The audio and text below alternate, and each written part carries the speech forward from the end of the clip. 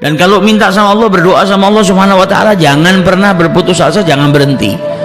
Mau 24 jam berdoa, berdoa. Mau banyak permintaannya, banyak permintaan, gak apa-apa. Justru itu Allah senang ketika setiap hamba itu memohon kepada Allah. Karena itu perintahnya, ud'uni astajibu lakum, mintalah kepadaku niscaya aku akan mengijabahinya. Minta sama Allah Subhanahu wa taala sebanyak mungkin. Datang bulan Dzulhijjah, ya Rabb, ini hamba-hambamu yang mendapatkan taufik daripadamu, ya Rabb, mereka semua engkau berikan kemudahan untuk menunaikan ibadah haji, maka aku mohon kepadamu ya Rabb, di tahun yang akan datang, jangan pikirkan tahun depan apa mungkin saya bisa haji. Wong katanya harus antri dulu, jangan pikirkan itunya, jangan suudzon sama Allah, jangan putus asa. Kalau Allah punya mau, semuanya bisa. Ya Rabb, di tahun yang akan datang panggillah saya ke Baitullahil Haram untuk menunaikan ibadah haji. Minta terus, ketuk pintunya Allah Subhanahu wa taala. Hari Jumat perbanyak doa supaya doa kita bisa berbarengan dengan saat-saat di mana diijabahi doanya setiap hamba. Insya Allah kalau kita betul-betul mintanya sama Allah Subhanahu wa taala, diijabahi sama Allah Subhanahu wa taala. Caranya Allah yang atur. Allah yang mengatur caranya. Allah kalau sudah mau mengijabahi doa dan permohonan hambanya ini, caranya luar biasa indahnya. Sering kita dengar kisahnya Imam Ahmad ibn Hanbal. Tiba-tiba bangun tidur, kepingin pergi ke sebuah desa tapi nggak tahu ingin apa ke sana.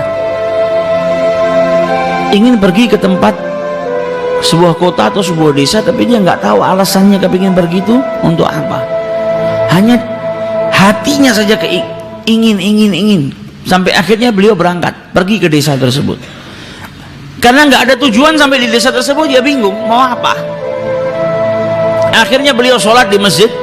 Selesai panggil, sini kau orang asing ya, nggak punya tempat tinggal, nggak ada. Kalau kau mau berkenan, kau bisa istirahat di tokoku ini, tapi ya sederhana, nggak ada tempat tidur yang mewah. Dibilang nggak apa-apa, alhamdulillah, asalkan saya dapat tempat tinggal.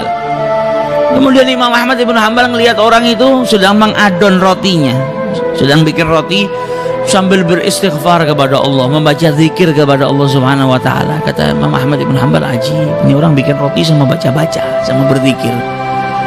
Ditanya sama Imam Ahmad bin Hanbal, sudah berapa lama kau berbuat seperti ini? Sudah lama, sejak lama. Saya selalu istiqomah. Apa yang kau dapatkan dari istiqomahmu ini, berzikir sambil bekerja ini? Kata orang tersebut, yang saya dapatkan, tidak ada satu doa pun yang saya panjatkan kepada Allah kecuali diijabahi. Kaget Imam Ahmad bin Hanbal. Setiap keinginanmu, setiap doamu diijabahi sama Allah, ya. Semua yang saya inginkan diberi sama Allah kecuali satu yang belum. Nah, ini orang muslim tuh harusnya seperti itu. Jangan mengatakan doanya nggak diijabahi, tapi belum diijabahi. Kan Allah bilang apa? Ud'uni astajibu lakum. Kalau nggak baik sama Allah diganti.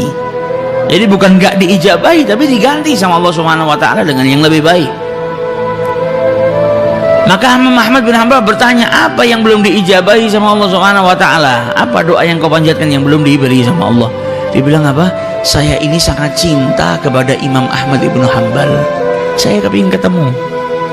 Sampai detik ini tapi saya belum ditakdirkan oleh Allah Subhanahu wa taala untuk berjumpa dengan seorang ulama besar yang namanya Imam Ahmad ibn Hanbal. Imam Ahmad ibn Hanbal ketika mendengar itu langsung bertakbir. Pantas dari kemarin saya ingin datang ke desa ini tapi nggak tahu tujuannya untuk apa. Nggak tahu kenapa hati ini terdorong ingin pergi ke desa ini. Nggak ada tujuannya.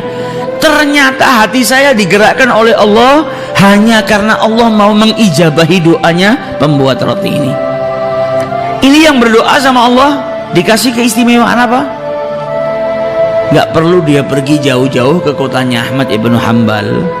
Gak perlu dia bersusah payah untuk berjumpa dengan Imam Ahmad ibn Hanbal.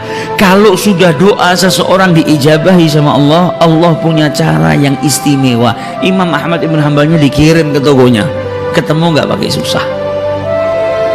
Nah, ini doa kalau sudah kita panjatkan diijabahi sama Allah istimewa. Bahkan beberapa tahun yang lalu ada kisah yang luar biasa mirip seperti kisahnya Imam Ahmad ibn Hanbal, yaitu seorang dokter di negara Syria, di negara Syam, namanya Dr. Hisham. Dr. Hisham ini dokter yang ahli di bidang tulang atau saraf. Jadi dia paling istimewa di Jazirah Arab. Setiap orang datang dari luar negeri untuk berobat sama si Dr. Hisham ini.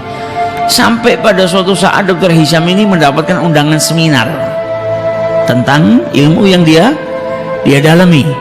Naik pesawat baru terbang beberapa waktu, ada gangguan cuaca yang buruk mengharuskan pesawat itu turun di bandara terdekat. Maka akhirnya dengan terpaksa pesawat itu mendarat di bandara terdekat.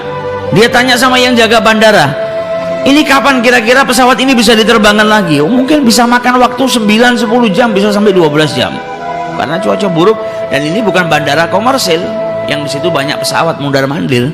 Rumah yang sudah jelek, sudah rapuh, dia berhenti, dia ketok pintu rumah tersebut, yang buka nenek tua, wanita yang sudah lanjut usia. Ditanya sama Dr. Hisham, apakah kau punya telepon di sini?